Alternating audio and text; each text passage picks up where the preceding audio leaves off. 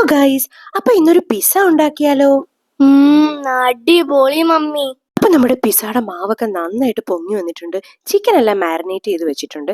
ഇനി കുറച്ച് ബട്ടർ പാനിലോട്ട് ഇട്ട് ഈ ചിക്കൻ ഒന്ന് ചെറുതായിട്ട് ഫ്രൈ ചെയ്തെടുക്കാം. പിസ്സ ഉണ്ടാക്കുന്നതിൽ എനിക്ക് ഏറ്റവും ഇഷ്ടം ഈ ചീസ് ഇങ്ങനെ ഗ്രേറ്റ് ചെയ്യുന്നതാണ്. വല്ലാത്തൊരു സാറ്റിസ്ഫാക്ഷൻ ആണ്. അപ്പോൾ നിങ്ങൾക്കും അങ്ങനെയാണോ?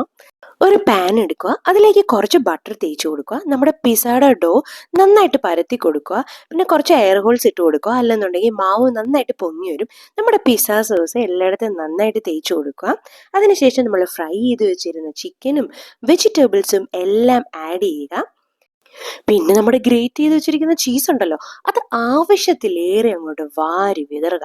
നമ്മുടെ ആ ചിക്കനും വെജിറ്റബിൾസും ഒന്നും കാണാൻ പറ്റാത്ത രീതിയിലായിക്കോട്ടെ. ലാസ്റ്റ് കുറച്ച് ഒറിഗാനോയും കുറച്ച് ചില്ലി ഫ്ലേക്സും കൂടെ ആഡ് ചെയ്തിട്ട് ദോശക്കല്ല് ചൂടാക്കി അതിന്റെ മുകളിലേക്ക് നമ്മുടെ പാൻ ഇറക്കി വെച്ച് ഒരു 15 മിനിറ്റ് വേവിച്ചു കഴിഞ്ഞാൽ നമ്മുടെ പിസ്സ റെഡി. പിള്ളേരെയും ഹാപ്പി, നമ്മളും ഹാപ്പി. അപ്പൊ ചാനൽ സബ് ചെയ്യാൻ ആരും മറക്കല്ലേ.